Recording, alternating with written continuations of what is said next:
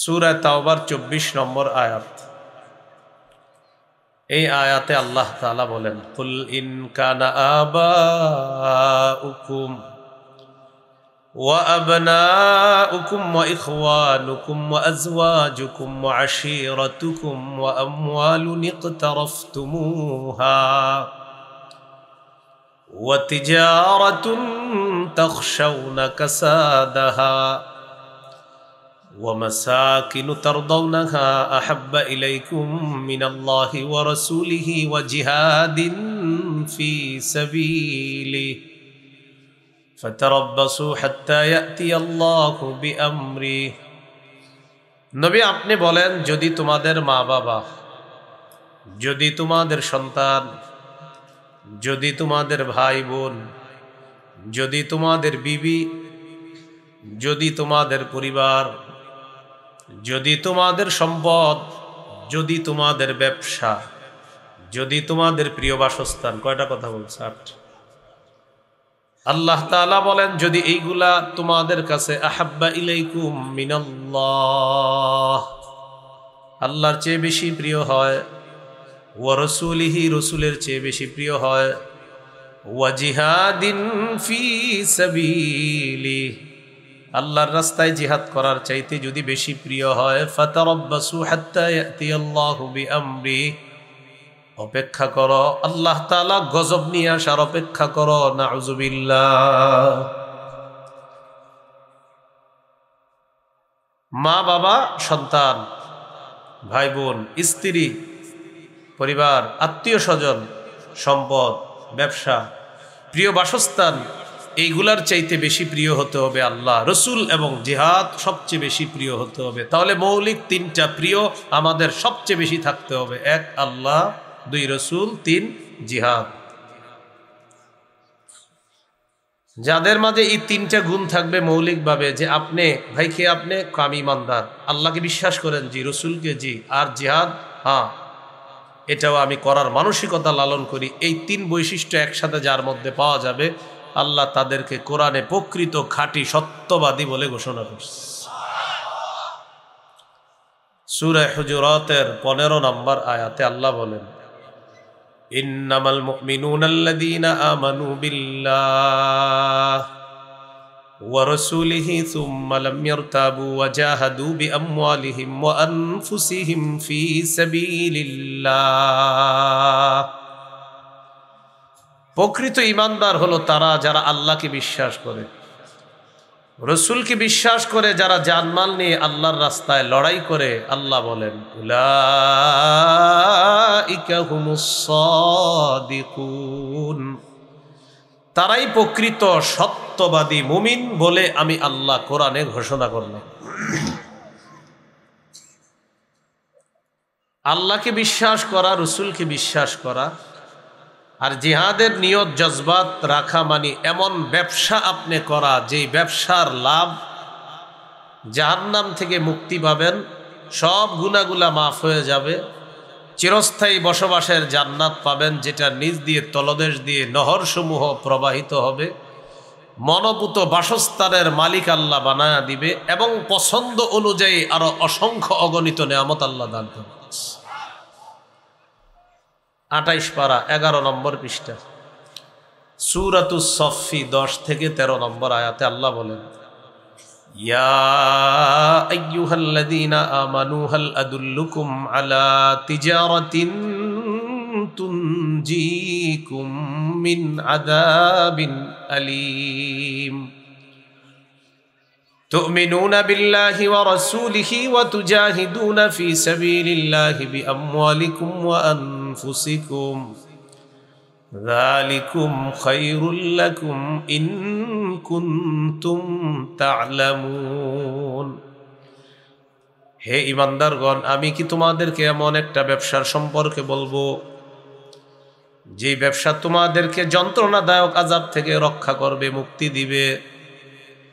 তুমিনুনা বিল্লাহি ওয়া রাসূলিহি ওয়া তুজাহিদুনা ফি সাবিলিল্লাহি বিআমওয়ালিকুম ওয়া আনফুসিকুম, তোমরা আল্লাহকে বিশ্বাস করবা, রসুলকে বিশ্বাস করবা, জানমাল নিয়ে আল্লাহর রাস্তায় লড়াই করবা, আল্লাহ তাআলা বলেন যালিকুম খায়রুল লাকুম ইন কুনতুম তা'লামুন।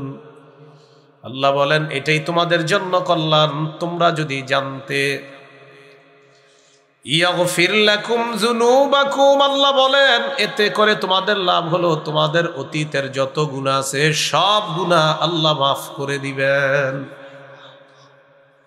ওয়ায়ুদখিলকুম জান্নাতিন তাজরি মিন তাহতিহাল আনহার, তিনি তোমাদেরকে এমন বাগান সমূহে প্রবেশ করাবেন যার তলদেশ দিয়ে নহর সমূহ প্রবাহিত হয়। ওয়া মাসাকিনা তাইয়্যিবাতান ফি জান্নাতি আদ, চিরস্থায়ী বসবাসের জান্নাতের মধ্যে আল্লাহ তোমাদেরকে মনোভূত বাসস্থান দান করবেন। এরপর আল্লাহ ঘোষণা করেন যালিকাল ফাউজুল আযীম, এটাই মহান সফলতা। ওয়া উখরা তুহিব্বুনাহা, আল্লাহ বলেন তোমাদের পছন্দ অনুযায়ী আরো নিয়ামত আল্লাহ তোমাদেরকে দান করবেন। নাসরুম মিনাল্লাহ, আল্লাহর পক্ষ থেকে সাহায্য আসবে। ওয়া ফাতহুন করিব, এবং আসন্ন বিজয় আল্লাহ তোমাদেরকে দান করবেন। শেষে আল্লাহ বলেন ওয়াবাশশিরিল মুমিনিন, নবী আপনি মুমিনদেরকে সুসংবাদ জানায়া দেন। এইগুলো জিহাদের ব্যাপারে শুরুতে একটা কথা আমরা ভূমিকা হিসাবে জানলাম। এখন বলেন জিহাদ সবচেয়ে বেশি প্রিয় হতে হবে, আল্লাহ বেশি প্রিয় হতে হবে, রসুল বেশি প্রিয় হতে হবে, জিহাদ বেশি প্রিয় হতে হবে। এখন জিহাদের নিয়ত আছে কাদের কাদের? সবার আছে ইনশাআল্লাহ। জিহাদের নিয়ত না থাকলে মুনাফিকি মৃত্যু হবে। সহিহ মুসলিমের বর্ণনা 1910 নম্বর হাদিস 1910, قال رسول الله صلى الله عليه وسلم من مات ولم يغزو ولم يحدث به نفسه مات على شعبة من نفاق। কোন ব্যক্তি মৃত্যুবরণ করলো আর জিহাদ করলো না, অথবা জিহাদের সংকল্প করলো না, সে মুনাফিকি মৃত্যুবরণ করলো। তাহলে আমাদের দেশের বিজ্ঞ মুফতি সাহেবরা কখনো যদি জিহাদের ব্যাপারে ফতোয়া দেয়, আমরা সকলে তৈরি আছি ইনশাআল্লাহ। দ্বিতীয় কথা, জিহাদের গুরুত্ব। আল্লাহ তাআলা জিহাদের ব্যাপারে হুকুম করেছেন। সূরা তাওবার 36 নম্বর আয়াতে আল্লাহ বলেন কাতিলুল মুশরিকিনা কাফা, তোমরা মুশরিকদের বিরুদ্ধে লড়াই করো। একটু কমায় দেন, এই মাইকম্যান ভাই আওয়াজ একটু কমায় দেন, একটু কমান। হ্যাঁ, আল্লাহ বললেন তোমরা মুশরিকদের বিরুদ্ধে লড়াই করো, লড়াই করো, এটা আল্লাহর হুকুম। জিহাদ করা রাসূলুল্লাহ সাল্লাল্লাহু আলাইহি সাল্লামের হুকুম। আবু দাউদের হাদিস 2504 নম্বর হাদিস 2504, قال رسول الله صلى الله عليه وسلم জাহিদুল মুশরিকিনা বিআমওয়ালিকুম ওয়া আনফুসিকুম ওয়া আলসিনাতিকুম। রাসূলুল্লাহ সাল্লাল্লাহু আলাইহি সাল্লাম বলেন তোমরা তোমাদের জান দিয়ে, মাল দিয়ে এবং জবান দিয়ে মুশরিকদের বিরুদ্ধে লড়াই করো। জান, মাল এবং জবান। ফিলিস্তিনের মুজাহিদ সহ সারা পৃথিবীতে যত এলাকায় মুজাহিদ আছে, মুসলমান হিসাবে আমাদের দায়িত্ব কর্তব্য সেই মুজাহিদদেরকে সহযোগিতা পাঠানো, তাদের জন্য সাহায্য সহযোগিতা পাঠানো। জান দিয়ে জেহাদ করার নিয়ত রাখা, কোনোদিন যদি ফতুয়া দেয় উলামায়ে কেরাম, তো জান দিয়ে জেহাদের নিয়ত আছে। আরেকটা হলো জবান দিয়ে মুশরিকদের বিরুদ্ধে লড়াই করা। যেমন আমাদের বাংলাদেশে 90% বেশি মুসলমান, গুটি কিছু সামান্য মুশরিকরা মাঝে মাঝে এমনভাবে মাথাচাড়া দিত, বিশেষ করে বিগত কিছু আমলে মুসলিম রূপী কিছু মুনাফিক মার্কা শয়তানদের ছত্র ছায়ায় গুটি কিছু মুশরিক মুসলমানদেরকে চোখ রাঙায়া কথা বলত। এই তাদের বিরোধিতা করা, মৌখিকভাবে মুসলিম হিসাবে এটা আমাদের দায়িত্ব, কর্তব্য। এইগুলো জিহাদের গুরুত্ব। 3 নম্বর, আমার সাথে একটু বলেন, কিয়ামত পর্যন্ত জিহাদের বিধান চালু থাকবে। আবু দাউদের হাদিস 2484 নম্বর হাদিস, 2484। قال رسول الله صلى الله عليه وسلم لا تزال طائفة من أمتي يقاتلون على الحق ظاهرين على من ناوأهم حتى يقاتل آخرهم المسيح الدجال। নবীজি বলেন, আমার উম্মতের একটা দল সদা সর্বদা হকের পক্ষে লড়াই করবে, বাতিলের বিরুদ্ধে লড়াই করবে। বেঈমানদের সাথে তারা বিজয় লাভ করবে। শুধু তাই নয়, লড়াই করতে করতে আমার উম্মতের শেষ দলটা দাজ্জালের বিরুদ্ধে লড়াই করবে, আর আল্লাহ তাআলা তাদেরকে বিজয় দান করবেন। এগুলো 3 নাম্বার কথা। 4, বলেন জিহাদের বিধান, কোন জালেমের জুলুম, কোন বিচারকের রায় জিহাদের বিধান বাতিল করতে পারবে না। আবু দাউদের হাদিস 2532 নম্বর হাদিস, 2532। قال رسول الله صلى الله عليه وسلم, রাসূলুল্লাহ সাল্লাল্লাহু আলাইহি সাল্লাম বলেন, হাদিসের বর্ণনাকারী সাহাবীর নাম ইমরান ইবনে হুসাইন রাদিয়াল্লাহু তাআলা, তিনি বলেন, قال رسول الله صلى الله عليه وسلم ثلاث من أصل الإيمان। নবীজি বলেন, ঈমানের মূল বিষয় হলো 3টি। 1 নাম্বার, আল কাফু আম্মান ক্বালা লা ইলাহা ইল্লাল্লাহ, যে ব্যক্তি বলে লা ইলাহা ইল্লাল্লাহ তাকে কোনো কষ্ট না দেওয়া। 2 নাম্বার, ওয়ালা নুকাফিরুহু বিযামবিন, যে ব্যক্তি বলে লা ইলাহা ইল্লাল্লাহ তার কোনো গুনাহ দেখলেই তাকে আমরা কাফের ফতোয়া দিব না। এটা গুনাহ করছে, কাফের বলে দিল, হ্যাঁ, ঠুসঠাস না বলা। 3 নাম্বার, ওয়ালা নুখরিজুহু মিনাল ইসলামি বিআমাল, কোন মুসলমানের একটা কর্ম দেখি তাকে আমরা ইসলাম থেকে বের করে দিব না। নবীজি বলেন, ঈমানের মূল বিষয় 3টা। 1 নাম্বার, লা ইলাহা ইল্লাল্লাহ, ওয়ালাকে কষ্ট দেওয়া যাবে না। 2 নাম্বার, লা ইলাহা ইল্লাল্লাহ যে বলে তাকে কোনো গুনাহের কারণে কাফের বলা যাবে না। 3 নাম্বার, কোনো একটা কর্ম দেখেই কোনো মুসলমানকে ইসলাম থেকে বের করে দেওয়া যাবে না। এরপর নবী বলেন, ওয়াল জিহাদু মাযিন মুনযু বাসানি আল্লাহ ইলা আইয়ুকাতিলা আখির উম্মতি আদ-দাজ্জাল। নবীজি বলেন, আমাকে আল্লাহ তাআলা যেদিন থেকে নবী বানিয়েছেন সেদিন থেকে জিহাদের বিধান চালু, কিয়ামত পর্যন্ত থাকবে। শুধু তাই নয়, আমার উম্মতের শেষ দলটা দাজ্জালের বিরুদ্ধে লড়াই করা পর্যন্ত জিহাদের বিধান চালু থাকবে। এই জিহাদের বিধান বাতিল হবে না। হাদিসের শেষে নবী বলেন, লা ইউবতিলুহু জাওরু জাইরিন ওয়ালা আদলু আদিল, কোন জালেমের জুলুম, কোন বিচারকের রায় জিহাদের বিধান বাতিল করতে পারবে না।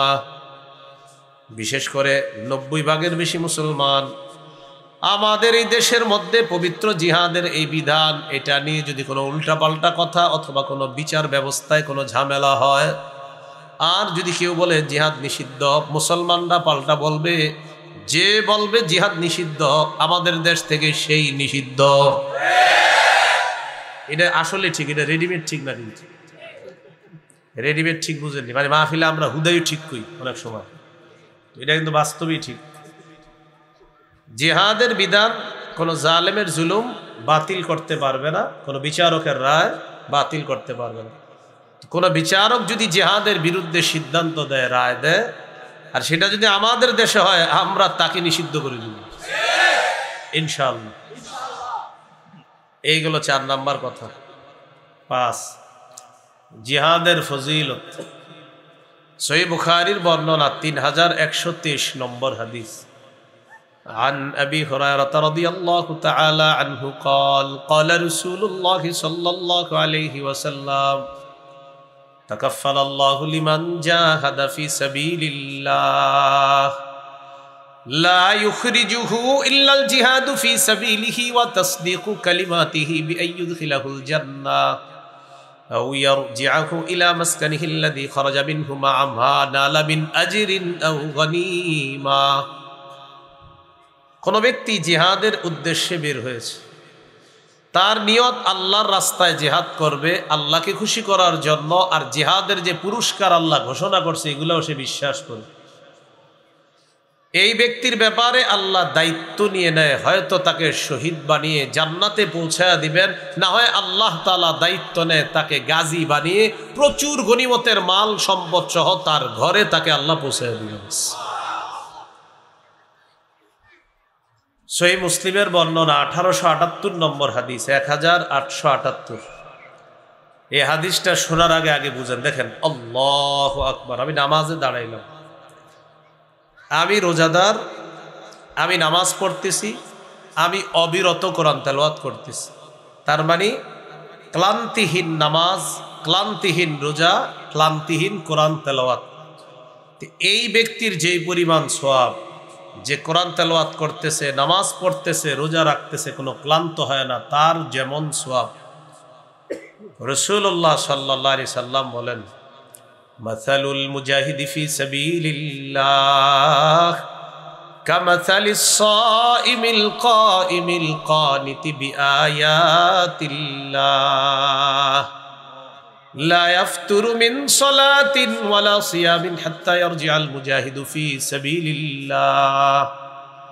নবীজি বলেন, কোন ব্যক্তি রোজা রাখে, নফল নামাজ পড়ে, আর অবিরত কোরআন তেলাওয়াত করতেছে, ক্লান্তিহীন রোজাদার, ক্লান্তিহীন নামাজরত ব্যক্তি আর ক্লান্তিহীন তেলাওয়াতরত ব্যক্তির যে সওয়াব, মুজাহিদ আল্লাহর রাস্তায় পাড়া দেওয়ার সাথে সাথে জিহাদ থেকে ফিরে আসার আগ পর্যন্ত ক্ষণে ক্ষণে তার আমল নামায় এই সওয়াব আল্লাহ দিয়ে দেয়। আল্লাহ আমাদেরকে জিহাদের মানসিকতা, সর্বদা যেন জিহাদের নিয়ত রাখতে পারি, আল্লাহ তৌফিক দান করেন। তিরমিজির হাদিস 1655 নম্বর হাদিস। এই হাদিসের বর্ণনাকারী আবু হুরায়রা রাদিয়াল্লাহু তাআলা আনহু। আপনি খেলেন, আপনি পান করেন। হ্যাঁ, عن أبي هريرة رضي الله تعالى عنه قال قال رسول الله صلى الله عليه وسلم ثلاثة حق على الله عونهم। নবীজি বলেন, তিন ব্যক্তিকে সাহায্য করা আল্লাহ নিজের উপর অবধারিত করে নেয়। কয় ব্যক্তি? এক নাম্বার, আল মুজাহিদু ফি সাবিলিল্লাহ, যে ব্যক্তি আল্লাহর রাস্তায় জিহাদ করে তাকে সাহায্য করা আল্লাহ নিজের উপর অবধারিত করে নেয়। দুই নাম্বারুল মুকাতাবুল্লাযী ইউরিদুল আদা, চুক্তিকৃত গোলাম তার মনিবের সাথে চুক্তিবদ্ধ হয়েছে, এই পরিমাণ টাকা দিলে ওই মনিব তার গোলামকে আজাদ করে দিবে। এই ব্যক্তিকে সাহায্য করা আল্লাহ নিজের উপর অবধারিত করে নেন। তিন নাম্বার, ওয়ান্নাকিহুল্লাযী ইউরিদুল আফাফ, যে ব্যক্তি বিয়ের মাধ্যমে পুত পবিত্র হতে চায়, এই ব্যক্তিকে সাহায্য করা আল্লাহ তাআলা নিজের উপর অবধারিত করে নেয়। বিয়ের মাধ্যমে নিজেকে পুত পবিত্র করতে চায় যে, তাকেও আল্লাহ সাহায্য করা অবধারিত করে নেয়। এই তিনজনের একজন হলো আল্লাহর রাস্তার মুজাহিদ। এগুলো 5 নম্বর আলোচনা। 6 নম্বর আলোচনা, শ্রেষ্ঠ জিহাদ কাকে বলে। আবু দাউদের হাদিস 1449 নম্বর হাদিস। এই হাদিসের বর্ণনাকারী আব্দুল্লাহ ইবনে হুবশিয়িল খাসআমি রাদিয়াল্লাহু তাআলা তিনি বলেন, আন্না রাসূলুল্লাহ সাল্লাল্লাহু আলাইহি ওয়াসাল্লাম সুইলা আইয়ুল আমালি আফজাল। নবীকে প্রশ্ন করা হলো, ইয়া রাসূলুল্লাহ, আল্লাহর কাছে সবচাইতে মর্যাদাপূর্ণ আমল কোনটি, আপনার কাছে জানতে চাই। নবীজি বললেন, তুলুল কিয়াম, লম্বা সময় নামাজে দাঁড়িয়ে থাকা আল্লাহর কাছে সবচাইতে মর্যাদাপূর্ণ আমল। লম্বা সময় নামাজে দাঁড়িয়ে থাকা, এই জন্য 4 রাকাত সুন্নত 2 মিনিটে। জোহরের আগে মসজিদে ঢুইকা দেখে 1:13 বাজে, জামাতের আছে 2 মিনিট, অথবা 1:28 বাজে, জামাতের আছে 2 মিনিট। উনি মাশাআল্লাহ 4 রাকাতের নিয়ত, আল্লাহু আকবার। এখন 2 মিনিটে প্যাকেজ কমপ্লিট আপনারে দেখায় দিবে। শুধু দেখায় দিবে না, সালাম ফিরানোর পর বৈশা বৈশা আস্তাগফিরুল্লাহ বলে, আস্তাগফিরুল্লাহ আস্তাগফিরুল্লাহ আস্তাগফিরুল্লাহ। কয় মিনিটে 4 রাকাত? যখন দেখবেন 2-3 মিনিট আছে তখন দুখুলুল মসজিদ পড়ে ফেলবেন। 2 রাকাত দুখুলুল মসজিদের নিয়ত করেন, আপনি এটা পড়েন, একটা মৃত সুন্নতকে আপনি জিন্দা করেন। একদিক দিয়ে অনেক সওয়াব পাবেন, আরেক দিক দিয়ে মৃত সুন্নাহ জিন্দা করার সওয়াব আল্লাহ আপনাকে দান করবেন। 2টা ডাবল সওয়াব আল্লাহ দান। নবীকে প্রশ্ন করলেন, ইয়া রাসূলুল্লাহ, আল্লাহর কাছে সবচেয়ে মর্যাদাপূর্ণ আমল কোনটি? নবীজি বললেন, তুলুল কিয়াম, লম্বা সময় নামাজে দাঁড়িয়ে থাকা। কিলা ফাইয়ুস সাদাকাতি আফযালু ইয়া রাসূলুল্লাহ, হুজুর আল্লাহর কাছে সবচেয়ে মর্যাদাপূর্ণ সদকা কোনটি? নবীজি বললেন, জাহদুল মুকিল্লি, কোন মানুষ কষ্ট করে উপার্জন করে, এই কষ্টার্জিত উপার্জন, রিকশা চালাইছেন, 500 টাকা ইনকাম হয়েছে, এখান থেকে 5 টাকা সদকা করছেন। নবীজি বলেন এই সদকা আল্লাহর কাছে শ্রেষ্ঠ সদকা বলে গণ্য হয়েছে। কিলা ফাইয়ুল হিজরাতি আফযালু ইয়া রাসূলুল্লাহ, ইয়া রাসূলুল্লাহ, আল্লাহর কাছে সবচেয়ে মর্যাদাপূর্ণ হিজরত কোনটি আপনার কাছে জানতে চাই। নবীজি বললেন, মান হাজারা মা হারামাল্লাহু আলাইহি, কোন ব্যক্তি নিষিদ্ধ জিনিস থেকে বেঁচে থাকা, এটা আল্লাহর কাছে সবচেয়ে শ্রেষ্ঠ হিজরত। কিলা ফাইয়ুল জিহাদি আফযালু ইয়া রাসূলুল্লাহ, হুজুর আল্লাহর কাছে সবচেয়ে শ্রেষ্ঠ জিহাদ কোনটা? নবীজি বললেন, মান জাহাদাল মুশরিকিনা বিমালিহি ওয়া নাফসিহি, যে ব্যক্তি নিজের জান মাল নিয়ে মুশরিকদের বিরুদ্ধে লড়াই করে, এই জিহাদ আল্লাহর কাছে শ্রেষ্ঠ জিহাদ বলে গণ্য হয়ে যায়। জান মাল নিয়ে মুশরিকদের বিরুদ্ধে যে লড়াই করে, এটা শ্রেষ্ঠ জিহাদ। কিলা ফাইয়ুল কতলি আশরাফু ইয়া রাসূলুল্লাহ, ইয়া রাসূলুল্লাহ, জিহাদের কাফেররা যাদেরকে হত্যা করে শহীদ করে দেয়, এই শহীদদের মধ্যে শ্রেষ্ঠ হত্যা কোনটা, শ্রেষ্ঠ শহীদ কোনটা?